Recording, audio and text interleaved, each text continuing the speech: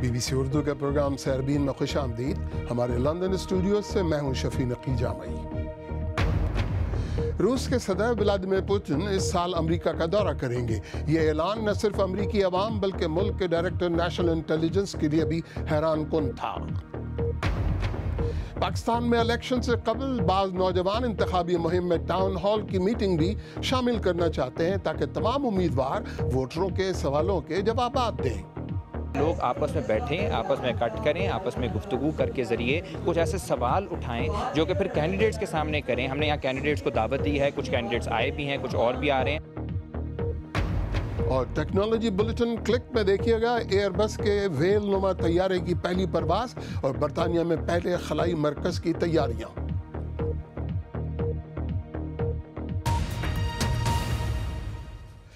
امریکی صدر ٹرمپ نے روسی صدر ولادیمیر پوتن کو امریکہ کے دورے کی دعوت دی ہے۔ حالانکہ حال ہی میں ہیلسنکی میں دونوں کی ملاقات کے بعد صدر ٹرمپ کو امریکہ میں کڑی تنقید کا نشانہ بنایا گیا تھا۔ امریکی صدر کی پریس سیکرٹری سارا سینڈرز نے ٹویٹر کے ذریعے اطلاع دی کہ اس دورے کی تیاریاں پہلے ہی شروع ہو چکی ہیں۔ کرس بکلر کی رپورٹ، خالد کرامت کی زبانی۔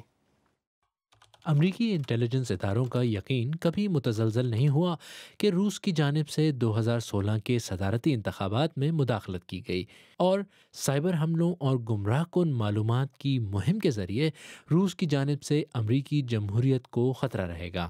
اس کے برعکس ڈونلڈ ٹرمپ کے ذاتی نظریات کا اندازہ لگانا مشکل ہے۔ ان کے مطابق ان کا وہ بیان غلط تھا جس میں انہوں نے اپنے ہی انٹیلیجنس چیف کے بیان کے برخلاف بظاہر ولادیمیر پوتن کی جانب سے الزامات کی تردید کی حمایت کی، مگر یہ واضح ہے کہ وہ روس سے تعلقات کے حامی ہیں۔ صدر پوتن اور روس کے ساتھ اچھے تعلقات منفی نہیں، مثبت بات ہے۔ ساتھ ہی یہ بھی کہنا ہوگا کہ اگر بات نہ بنی تو میں ان کا بدترین دشمن ہوں گا۔ مگر ان کی حالیہ کارروائیوں نے ان کے حامیوں اور ناقدین کو پریشان کر دیا ہے۔ ڈونلڈ ٹرمپ نے مختصر عرصے کے لیے صدر پوتن کی تجویز کہ روس امریکی اہلکاروں سے پوچھ گچھ کرے کو بظاہر زیر غور رکھا۔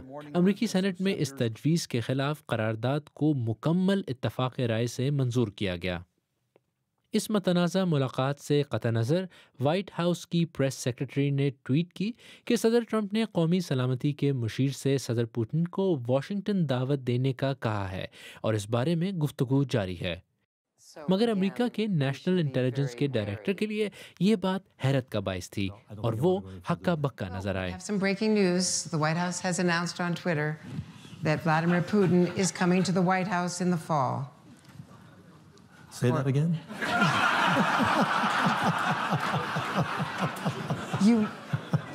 Vladimir Putin coming to the... Did I hear you? Yeah. Okay. Yeah. That's going to be special.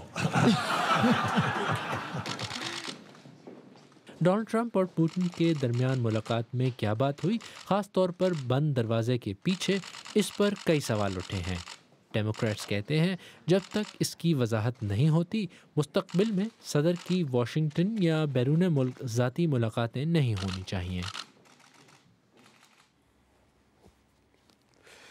مقامی حکام کے مطابق سنگاپور میں 15 لاکھ افراد کا ذاتی نوعیت کا ڈیٹا ہیکرز نے چوری کر لیا ہے۔ حکومت کی طرف سے شائع کردہ بیان کے مطابق ہیکرز نے حکومتی ڈیٹا بیس کو جان بوجھ کر اور خاص منصوبہ بندی کے ساتھ ہیک کیا ہے۔ انڈیا میں واٹس ایپ پر خطرناک افواہیں پھیلنے کی روک تھام کے لیے کمپنی نے اپنی سروس میں کچھ بندشیں متعارف کرانے کا اعلان کیا ہے۔ جھوٹی خبریں پھیلنے کی وجہ سے ہجومی حملوں میں متعدد افراد ہلاک ہوئے تھے۔ واٹس ایپ کی مالک فیس بک نے کہا ہے کہ صارفین پر ٹیکسٹ، ویڈیو اور تصاویر آگے بڑھانے یا فارورڈ کرنے کی حد مقرر کی جائے گی۔ شمالی کوریا کے سابق صدر پاک کن ہے کو کرپشن کے الزام میں مزید 8 سال قید کی سزا دی گئی ہے۔ وہ پہلے ہی 24 سال کی سزا کاٹ رہی ہیں۔ سول کی ایک عدالت نے انہیں غیر قانونی طور پر ملک کی خفیہ ایجنسی سے رقوم وصول کرنے اور انتخابات میں مداخلت کا مجرم قرار دیا ہے۔ پاکستان کے شہر لاہور میں چند ہم خیال نوجوان اشروں پرانے ووٹ مانگنے کے طریقہ کار کو بدلنے کے لیے سرگرم ہیں۔ ان نوجوان لڑکے لڑکیوں کا استدلال ہے کہ امیدوار جلد سے جلوسوں کے بجائے عوام کے سوالوں کے جوابات دیں۔ اس کے لیے انہوں نے حالیہ انتخابی مہم کے دوران ٹاؤن ہال کا تصور متعارف کرایا ہے، لیکن یہ ٹاؤن ہال ہے کیا؟ تفصیل کے ساتھ نامہ نگار عمر دراز۔ پاکستان میں ان دنوں سیاسی رہنما بھی کچھ ایسی ہی مہم جوئی میں مصروف ہیں۔ گھر گھر آمد، لوگوں سے میل ملاقات، وعدے اور دعوے۔ مقصد ووٹ مانگنا ہے۔ تاہم انتخابات کے بعد وہ نظر آئیں گے، یہ کوئی نہیں جانتا۔ لاہور کے یہ نوجوان ووٹر اور امیدوار کے اسی یک طرفہ رشتے کو بدلنا چاہتے ہیں۔ انہوں نے ٹاؤن ہال کا تصور متعارف کروایا ہے۔ مقصد یہ ہے اس طرح کی ٹاؤن ہال میٹنگ کا کہ لوگ آپس میں بیٹھیں، آپس میں اکٹھ کریں، آپس میں گفتگو کر کے ذریعے کچھ ایسے سوال اٹھائیں جو کہ پھر کینڈیڈیٹس کے سامنے کریں۔ ہم نے یہاں کینڈیڈیٹس کو دعوت دی ہے، کچھ کینڈیڈیٹس آئے بھی ہیں، کچھ اور بھی آ رہے ہیں، اور کچھ جو ڈرتے ہیں عوام سے وہ نہیں آئے۔ ان کا اصرار ہے کہ روایتی طریقہ کار کو ٹاؤن ہال سے بدل لیا جائے۔ ٹاؤن ہال یا ضلعی مراکز اور ان کی کمیٹیوں میں بحث مباحثے، تقاریر، سوال جواب سب ہوتا ہے۔ سیاسی رہنما کو ہر مرحلے پر شامل رہنا ہوتا ہے، یعنی ایسا نہیں کہ انتخاب ختم اور وہ غائب۔ خاص طور پر الیکشن کے بعد نوجوانوں کے اس آخری ٹاؤن ہال میں امیدوار تو کوئی نہیں آیا، تاہم لوگوں نے سوال ضرور کیے۔ کل میرا چھوٹا سا ایک پوتا ہے، وہ بھاگا ہوا باتھ روم سے آیا، کہتا ہے کہ امی امی ادھر آئے، ہمارے پانی میں مچھلی آ گئی ہے۔ وہ دیکھے تو وہ پانی کے اندر لمبے لمبے کیڑے جو ہے نا وہ آ گئے۔ 8-10 سال میں انہوں نے پینے کا پانی تو ہم سے چھین لیا، لیکن ڈوبنے کے لیے انہوں نے ہمیں پانی دے دیا۔ دوسری جانب انتخابی مہم اپنے روایتی انداز میں جاری ہے۔ جلوس، جلسے، تقاریر سب آخری مراحل میں داخل ہو رہے ہیں۔ ہر امیدوار کی کوشش ہوگی کہ وہ زیادہ سے زیادہ لوگوں کو اپنا چہرہ اور انتخابی نشان دکھا سکے۔ یہ نوجوان انتخابی مہمات کی اس روایت کو بدلنے کے خواہاں ہیں جس میں امیدواروں کو نہ تو گزشتہ 5 برس کی کارکردگی اور نہ ہی غیر حاضری پر سوالات کا سامنا کرنے کا زیادہ خوف ہوتا تھا۔ تاہم یہ دیکھنا باقی ہے کہ حالیہ انتخابات میں ان کی یہ کاوش ووٹر کے رویے کو بدلنے میں کس حد تک کامیاب ہو پاتی ہے۔ عمر دراز، BBC نیوز، لاہور۔ پاکستان میں انتخابی مہم اتوار کی شب اپنے اختتام پر پہنچے گی۔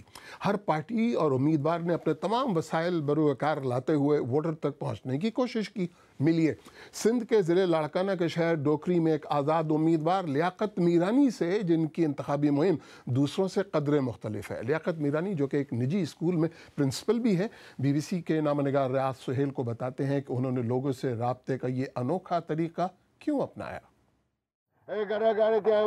غریب اور حرام جا پیسہ، حرام جی دولت، اساں جی غریبن جی لٹل دولت، اور جو یتیمن غریبن بیواہن جا پیسوں کے حساب سے ہم جو ہیں وہ ایک لوور مڈل کلاس سے ہیں، تو ہمیں اتنی پیسے تو ہیں نہیں کہ 40 ویگوز ہم رینٹ پہ ہی لے لیں اور لوگوں کو ہجوم میں نکل جائیں۔ تو جس طرح وہ پیسوں کی بھرمار سے لوگوں کو اٹریکٹ کرنے کی کوشش کرتے ہیں، اس طرح ہم نے لوگوں کو اٹریکٹ اور میسج کنونس کرنے کے لیے گدھا گاڑی، ٹانگا اور پیدل کا سفر کیا ہے۔ اور آپ دیکھ رہے ہیں کہ آپ نے دیکھا بھی کہ لوگ جو ہیں وہ اس ٹیکٹس سے اٹریکٹ ہوتے ہیں، اپنائیت محسوس کرتے ہیں۔ اگر وہ کروڑوں روپے پہ الیکشن کرتے ہیں تو آپ 50 روپے میں ایک گدھا گاڑی لے کے میں پورے شہر میں چکر لگاتا ہوں، میرے 50 روپے خرچہ ہے، موٹر سائیکل پہ گیا 100-150 روپے کا تیل لگا۔ تو یہ ہے کہ لو ریٹ پہ اگر منیمم، یہ تو وڈیروں نے الیکشن کو اتنا بھاری بھرکم اور ہیوی کر دیا ہے خرچے کے حساب سے کہ کوئی عام آدمی اس میں آ نہ سکے، اس کو کوئی اسپیس نہ مل سکے۔ مگر یہ کہ یہ جو مت تھی کہ بھائی اگر اربوں اور کروڑوں روپے ہو تو الیکشن لڑ سکتا ہے بندہ، میں نے اس کو بریک کیا ہے۔ تعلیم بیسیکلی کیا ہے کہ یہ جو وڈیرے ہیں، جاگیردار ہیں، سردار ہیں، انہوں نے بڑی کوشش کی ہے کہ سندھ کی ایجوکیشن کو ڈیمیج رکھا جائے، اور 70 سالوں سے انہوں نے ہماری ایجوکیشن کو تباہ کیا ہے۔ اور آپ سمجھتے ہیں کہ education is the only tool, ایک ہی راستہ ہے جس سے قوم کو شعور آتا ہے، جس میں اعتماد آتا ہے، جس میں یہ بھی آتا ہے کہ بھائی ووٹ کس کو دیا جائے۔ تو میری کمپین کا جو بیس ہے وہ ایجوکیشن ہے، اور وہ بھی بچوں کو میں پروموٹ کر رہا ہوں، بچوں کو تیار کر رہا ہوں کہ بچوں میں کاپیاں، اسٹیشنری بانٹ کے اور پھر تعلیم، ایجوکیشن کے نعرے لگوا کے کہ ان کے ذہنوں میں ایجوکیشن ہے۔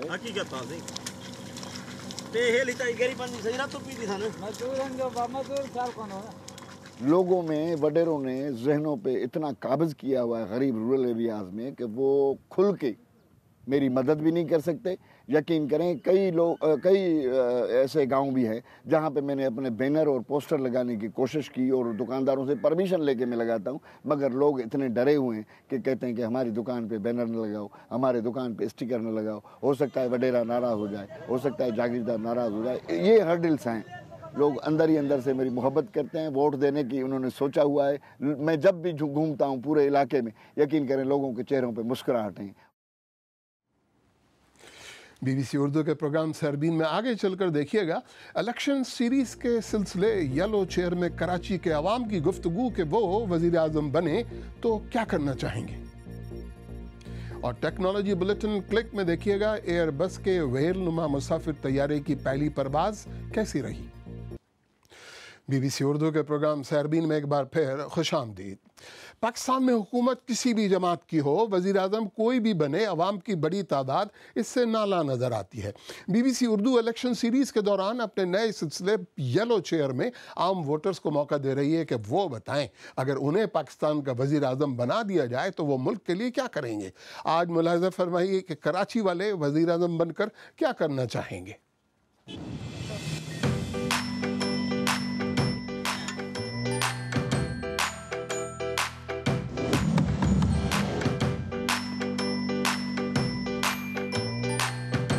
اگر میرے کو ایک دن کے لیے وزیر اعظم بنا دیا تو پاکستان میں جتنے ٹی اے پیتارے والے میں ان کے ہاتھ میں حکومت دے دوں گا. پہلا کام یہ سیاستدان ختم کر دیں گے. جتنے بھی سیاستدان ہیں اوپر سے نیچے تک تمام ٹیلے پیتاروں والے کے لیے آئیں گے, انشاءاللہ وہی ملک چلائیں گے. مزدور لوگ جو ہیں وہ آسانی سے زندگی گزاریں, ان کی لیبر بڑھا دی جائے اور ان کو تمام جو ہے آسانیاں کر دی جائیں. ہمارے کمپلینٹس ہم کہاں پہنچائیں, سب کہتے ہیں ہم یہ کریں گے لیکن کوئی بھی نہیں کرتا. آئی تھنک وزیر اعظم بن کے سب کی کمپلینٹس سننا چاہوں گی میں کہ اسنیچنگ بہت زیادہ ہوتی ہے, سڑکیں, پانی کا حوالہ ہے, اتنی زیادہ کمپلینٹس ہیں کہ ہم ایک ہی دن میں تو نہیں کر پائیں گے. یہ جو دین کے نام پہ ووٹ مانگتے ہیں, دین کے نام پہ جو فرقہ پرستی پھیلاتے ہیں, ان کو جو ہے نا جیلوں میں ڈال دوں گا. ان جو سیاستدان ہیں ان کے بچے باہر پڑھتے ہیں, ان کو پاکستان میں منگوائیں گے. اس کے بعد جو پاکستانی تعلیمی نظام ہے اس کو بہتر بنائیں گے اور ہیلتھ ہے اس کو بھی بہتر بنائیں گے. کہ ہمارے ملک کے اندر ججز کی جو تعداد ہے ان کو بڑھاؤں گا اور تمام عدالتوں کی ٹائمنگ 24 گھنٹے کروں گا تاکہ عدالتیں ہر وقت کارروائی کرتی رہیں, اور کوئی بھی سزا جرم کی جو ہے ٹرائل کی ٹائمنگ رکھوں گا 30 دن.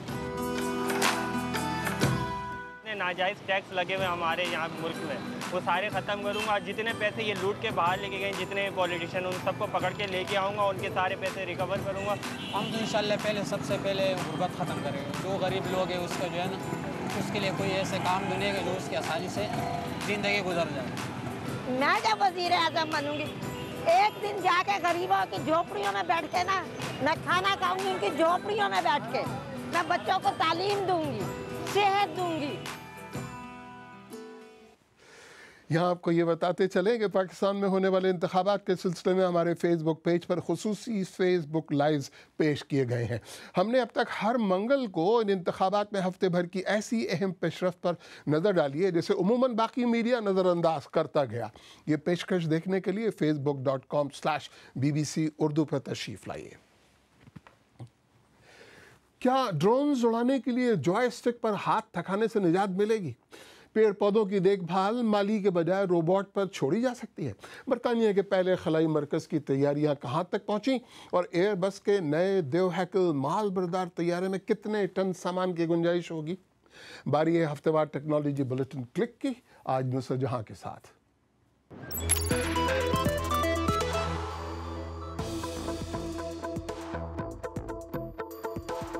ڈرونز کی دنیا سے ایک اور اچھی خبر, اور وہ یہ ہے کہ آپ جلدی ہی ڈرونز کو جوائے اسٹک استعمال کیے بغیر کنٹرول کر سکیں گے.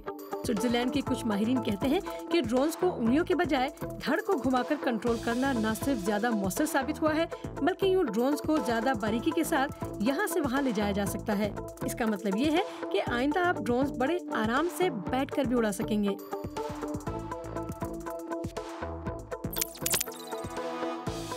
یہ کیا؟ ویل نے سمندر سے نکل کر اڑنا شروع کر دیا.